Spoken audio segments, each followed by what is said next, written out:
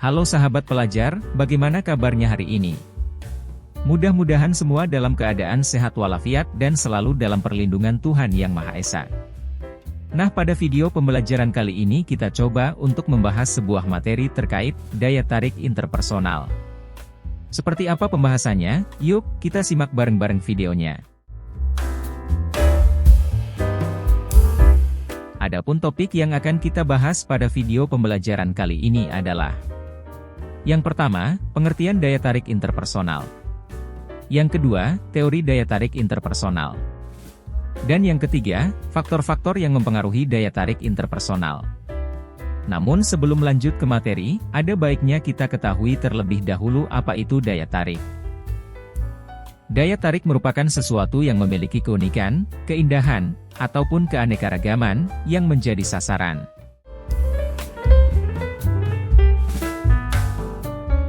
Kembali ke topik pembahasan. Dalam ilmu komunikasi, terdapat sebuah materi yang disebut dengan daya tarik interpersonal. Menurut Atkinson, 2008, daya tarik interpersonal merupakan suatu proses psikologi yang berfokus pada bagaimana memelihara dan mengarahkan hubungan yang dipengaruhi oleh adanya perasaan suka terhadap sesuatu yang dilihat berdasarkan fisik atau penampilan, perilaku, kemampuan atau komiten serta ketulusan seseorang.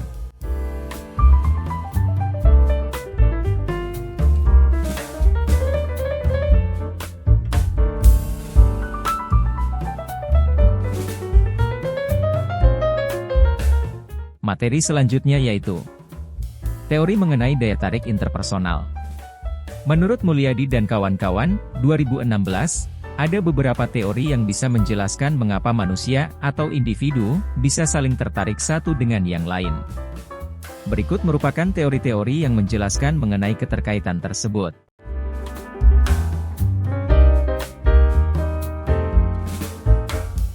Yang pertama yaitu teori kognitif.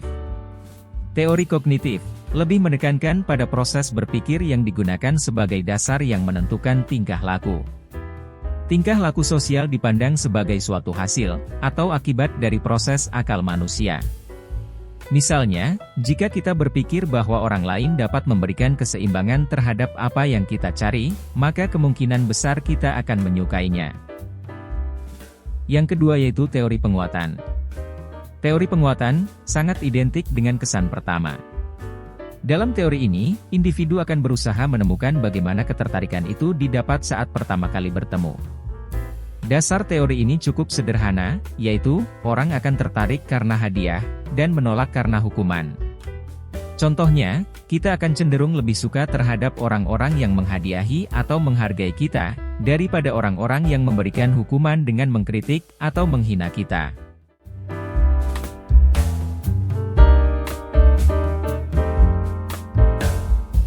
Dan yang ketiga yaitu teori interaksionis.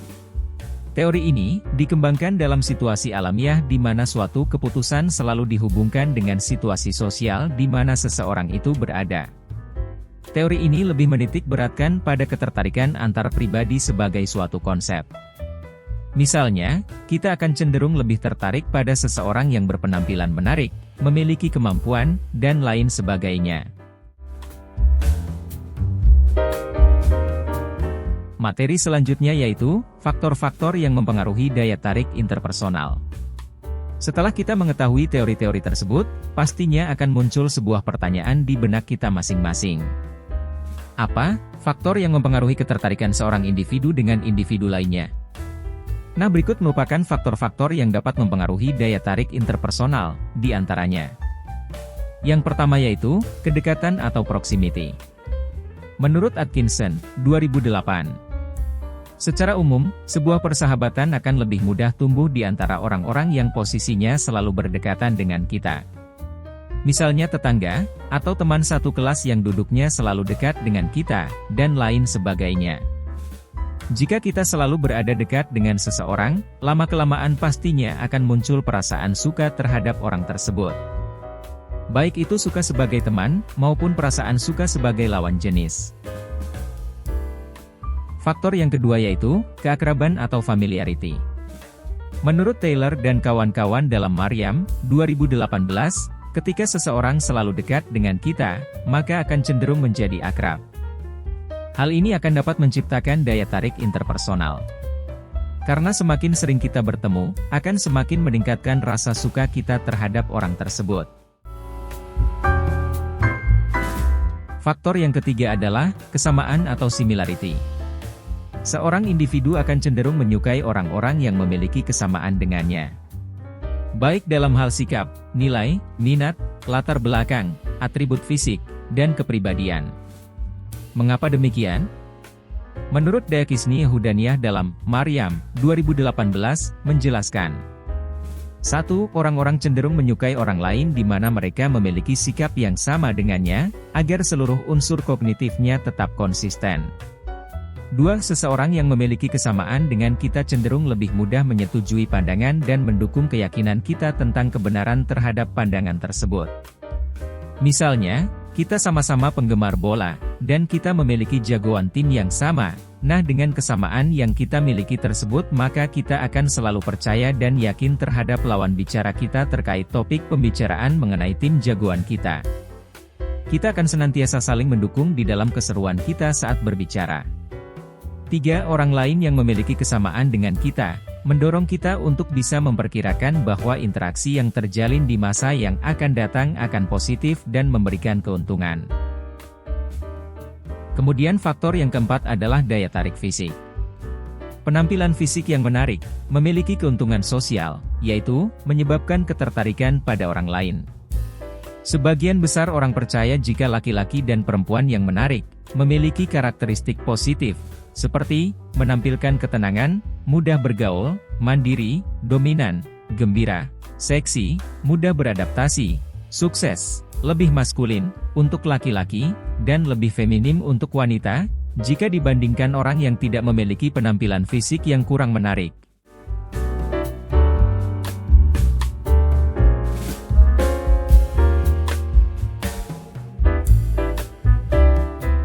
Faktor yang kelima adalah kemampuan atau ability.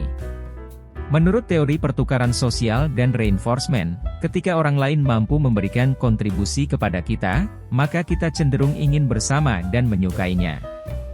Hal ini dikarenakan adanya anggapan bahwa orang tersebut akan mampu memberikan nasihat, serta dapat membantu menyelesaikan permasalahan kita. Yang keenam yaitu faktor tekanan emosional. Jika seseorang berada dalam situasi yang mencemaskan, atau ketakutan, maka orang tersebut akan cenderung menginginkan kehadiran orang lain untuk mengurangi dan menghilangkan rasa cemas maupun takut yang ada dalam dirinya. Kehadiran orang itulah yang akan mampu menumbuhkan rasa suka pada individu tersebut. Faktor yang ketujuh yaitu, munculnya perasaan positif. Kita cenderung tertarik atau menyukai orang lain, yang kehadirannya bersamaan dengan munculnya perasaan positif. Sekalipun perasaan positif ini tidak ada kaitannya dengan perilaku orang tersebut. Contohnya, ketika kita sedang merasa senang, maka kita cenderung lebih cepat suka terhadap orang. Padahal orang tersebut tidak ada kaitannya dengan penyebab perasaan senang yang ada pada diri kita. Dan faktor yang terakhir yaitu, kesukaan timbal balik. Saat kita mengetahui bahwa orang lain menyukai kita, hal ini bisa mempengaruhi ketertarikan kita kepada orang tersebut. Secara umum, kita menyukai orang yang juga menyukai kita, begitu juga sebaliknya. Kita cenderung tidak menyukai orang lain yang tidak menyukai kita. Contohnya, ketika seseorang mulai nyaman terhadap diri kita, itu artinya dia mulai menunjukkan ketertarikannya terhadap kita. Pada saat inilah, kita juga bisa mengalami ketertarikan kepada orang tersebut. Nah, berdasarkan apa yang telah dijelaskan tadi, dapat ditarik kesimpulan bahwa, pada prinsipnya, semakin kita tertarik pada seseorang, maka akan semakin besar kecenderungan kita untuk berkomunikasi dengan orang tersebut. Manusia dikatakan sebagai makhluk sosial, di mana sejatinya manusia atau individu tersebut tidak bisa lepas dari individu-individu lainnya. Hal inilah yang akan memicu sebuah daya tarik yang terjadi antara satu individu dengan individu lainnya. Manusia akan cenderung untuk terus mencari dan menjalin suatu hubungan atau relasi dengan individu lainnya. Hal inilah yang menjadikan daya tarik interpersonal menjadi sangat penting dalam menjalani kehidupan. Mungkin hanya itu materi singkat yang bisa kami jelaskan. Jika ada yang belum dipahami atau ada yang perlu untuk didiskusikan, silahkan ditulis di kolom komentar. Juga tidak lupa kami sampaikan, jika sekiranya video ini bermanfaat bagi sahabat-sahabat pelajar, mohon dukungannya dengan menyentuh simbol like, komen, dan subscribe, karena semua itu akan sangat bermanfaat bagi kami. Oke sahabat pelajar, kini saatnya kami untuk pamit undur diri. Apabila terdapat kesalahan-kesalahan kata, ataupun kekeliruan materi, mohon untuk dimaafkan dan kami tunggu masukannya. Terima kasih sudah bersedia menonton video ini dan sampai jumpa di video-video selanjutnya. Salam semangat!